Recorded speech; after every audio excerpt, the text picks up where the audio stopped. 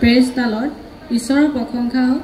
সৰ্বপ্ৰথমে সৃষ্টিকৰ্তা ঈশ্বৰক কোটি কোটিবাৰ ধন্যবাদ দিছোঁ আৰু মহান গুৰুজনাক আৰু গুৰুমাক শ্ৰদ্ধা আৰু সেৱা জনাইছোঁ। আৰু মোৰ এয়া সাক্ষ্য কেইটামান আছিলে। মই 2021 চনতে প্ৰভুৰ সংবাদ পাইছিলোঁ মোৰ ভতিজা বোৱাৰীজনীৰ পৰা, আৰু মোৰ তেতিয়া শৰীৰত বহুত অসুখ আছিলে। তাৰপৰা মই মোবাইলত প্ৰাৰ্থনা চালোঁ, প্ৰাৰ্থনা চাই মই বহুতখিনি সুস্থ পাইছিলোঁ, আৰু এতিয়া মোৰ অলপ অলপ আছে মানে সেইখিনিও সুস্থ হ'ব বুলি মই আশা কৰিছোঁ। আৰু মোৰ ঘৰখনত বহুত অশান্তি আছিলে। তাৰপিছত মই জনাই নজনাই ঈশ্বৰৰ ওচৰত প্ৰাৰ্থনা কৰিছিলোঁ। প্ৰাৰ্থনা কৰি মোৰ এতিয়া অলপ অলপ ঘৰখন সুস্থ হৈছে। মানুহজনেও মদ পানী খাই কেতিয়াবা ঘৰখনত গণ্ডগোল কৰিছিলে, তেওঁ এতিয়া মানে অলপ সুস্থ হৈছে, আৰু তেওঁ যেন এই নামঘৰলৈও যেন অহা নাই, আৰু ঈশ্বৰৰ ওচৰত যেন প্ৰাৰ্থনা কৰিছোঁ তেওঁৰ এই নামঘৰলৈ আহক। আৰু মোৰ ছোৱালীজনীও অসুস্থ, তাই মাহেকীয়া খেলি মেলি চকুৰ প্ৰব্লেম আছে, বগা চাপ যায়, তাই সেইখিনিও যেন সুস্থ হওক, ঈশ্বৰৰ ওচৰত প্ৰাৰ্থনা কৰিছোঁ। তাই এবাৰ মেট্ৰিক দিব যেন, মনে এটা যেনেকৈ ভাবিছোঁ তেনেধৰণে তাই যেন মেট্ৰিক পৰীক্ষাত তাই উত্তীৰ্ণ হ'বৰ কাৰণে প্ৰাৰ্থনা কৰিছোঁ। আৰু মই আগতে বহুতো পাপো কৰিছিলোঁ বাৰু, ব্যভিচাৰী কৰিছিলোঁ, আৰু মোৰ এই সোঁহাতখনত এটা গুটি এটা হৈছিলে, আজি 8 বছৰমান হ'ব। তাৰপিছত মই ঈশ্বৰৰ তেল পানী কৰিছিলোঁ, সেই গুটিটো মানে আজি এমাহমান হৈছে দেখিছোঁ নিজে নিজে সোমাই গ'ল, গুটিটো সমান হৈ গ'ল জেগাডোখৰ মানে। তাৰপৰা মই চাই পেলাইহে গম পাইছোঁ হাতখন সোমাই গ'ল মানে। তাৰপৰা মই আৰু স্কুটি এখন যোৱা বছৰ লৈছিলোঁ, স্কুটিখন লওঁতে মই ঈশ্বৰৰ ওচৰত প্ৰাৰ্থনা কৰিছিলোঁ যে মোৰ স্কুটিখন 1 লাখ টকাৰ ভিতৰতে যেন ঈশ্বৰে মোক আনি দিব বুলি। কিন্তু মই 5,000 টকাৰ মই ঈশ্বৰে মোক আশীৰ্বাদ কৰিলে, 98,000তে মই স্কুটিখন পালোঁ। তাৰপিছতে আৰু যেন মোক ঈশ্বৰে আশীৰ্বাদ কৰক, আমাৰ মানুহজন মোক ছোৱালীজনী তিনিওটাকে একে মনৰ কৰি দিয়ক, আমাৰ তিনিওজনকে যেন এই নামঘৰলৈ আনক। ঈশ্বৰৰ ওচৰত মই এয়া প্ৰাৰ্থনা, আৰু মই এয়া চমুকে যেন সাক্ষ্য দিছোঁ। কিবা যেন ভুল ভ্ৰান্তি হৈছে যদি বহাত ঈশ্বৰৰ প্ৰশংসা হওক। মোৰ নাম পম্পী ফুকন, মই পাঠাকী মণ্ডলীৰ পৰা আহিছোঁ।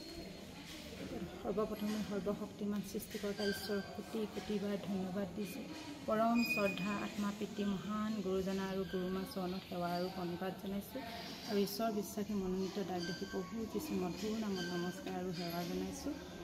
আৰু প্ৰভু, মই 19 চনৰ পৰা এই গৃহলৈ আহি আছোঁ, আৰু বহুতো ৰোগৰ পৰা, দুখৰ পৰা, পাপৰ পৰা পৰিত্ৰাণ পাইছোঁ, আৰু ভুল ক্ৰুটি পাপ অপৰাধবোৰ ঈশ্বৰে ক্ষমা কৰি দিয়ে। আৰু প্ৰভু, বহুতো পৰিত্ৰাণ পাইছোঁ এই গৃহলৈ আহি। আৰু প্ৰভু, মোৰ ঘৰখনৰ কিবা যদি ভুল পাপ অপৰাধ আছে, মোৰ স্বামী সন্তানকেইটি ঈশ্বৰে যাতে ক্ষমা কৰি দিয়ে। হে প্ৰভু, তোমাৰ চৰণত আমি বহুতো পৰিত্ৰাণ পাইছোঁ। আৰু মোৰ মানুহজনে কণ্টেক্ট কৰে, 21 মাহ বিল বন্ধ হৈ আছিল। আমি পিতাই লঘোণ ব্ৰত দিবলৈ ক'লে, লঘোণ ব্ৰত দিলোঁ। আৰু সকলো পাঠাকী মণ্ডলী দাগ দাসীসকলে আমাৰ ঘৰখনৰ কাৰণে ব্ৰত দিলে, আৰু সেই নিমিত্তে ঈশ্বৰে আশীৰ্বাদ কৰিলে, আৰু পুনৰ বহুতো কাম তেওঁক আকৌ ঈশ্বৰে যুগুত কৰি দিছে। ঈশ্বৰক কোটি কোটিবাৰ ধন্যবাদ দিছোঁ। আৰু যি এতিয়াও মোৰ শৰীৰৰ ৰোগ ব্যাধি আছে, ঈশ্বৰৰ চৰণত এইখিনিতে মই যাতে প্ৰভু সুস্থতা দান হওঁ। প্ৰভু, ইয়াকে কৈ মোৰ সাক্ষ্য সামৰি মাৰিছোঁ আৰু ধন্যবাদ দিছোঁ। Praise the lord. সকলোলৈ ঈশ্বৰৰ প্ৰশংসা হওক। সৰ্বশক্তিমান সৃষ্টিকৰ্তা ঈশ্বৰক কোটি কোটিবাৰ ধন্যবাদ জনাইছোঁ। পৰম শ্ৰদ্ধাৰ মহান গুৰুজনালৈ সহস্ৰ কোটি সেৱা জনাইছোঁ, শ্ৰদ্ধা জনাইছোঁ। আৰু সকলো ঈশ্বৰ বিশ্বাসী দাস দাসীলৈ প্ৰভু যীশুৰ মধুৰ নামত নমস্কাৰ জনাই মোৰ সাক্ষ্য দিবলৈ মই আগবাঢ়ি আহিছোঁ। মই 2020 চনৰ পৰা, মই লকডাউনৰ ঠিক আগৰ পৰা এই পবিত্ৰ গৃহলৈ আহি আছোঁ। আৰু যেতিয়াৰ পৰা মই পবিত্ৰ গৃহলৈ আহিলোঁ, সত্য ঈশ্বৰৰ জানিব পাৰিলোঁ, বুজিব পাৰিলোঁ, তেতিয়াৰ পৰা মই বহুতবোৰ ৰোগ দুখ সমস্যাৰ পৰা পৰিত্ৰাণ পাই আহিছোঁ। আৰু মোৰ সমস্যা হৈছে, মোৰ ঘৰখনৰ স্বামীয়ে এই সকলো কথা মানি লয়, কিন্তু আজিলৈকে পবিত্ৰ গৃহত ভৰি দিব পৰা নাই। মই প্ৰাৰ্থনা কৰিছোঁ পুৱা গধূলি তেখেতেও যাতে এই পবিত্ৰ গৃহলৈ আহে, সত্য ঈশ্বৰৰ পথত চলে। আৰু মোৰ ছোৱালীজনী আহিছে এবাৰ, কিন্তু আকৌ দ্বিতীয়বাৰ মই লগো ধৰা নাই। আৰু নিজ মুখেৰে তাই যাতে আহোঁ বুলি কয় পুনৰবাৰ পবিত্ৰ গৃহলৈ, মইতো প্ৰাৰ্থনা কৰি আছোঁ।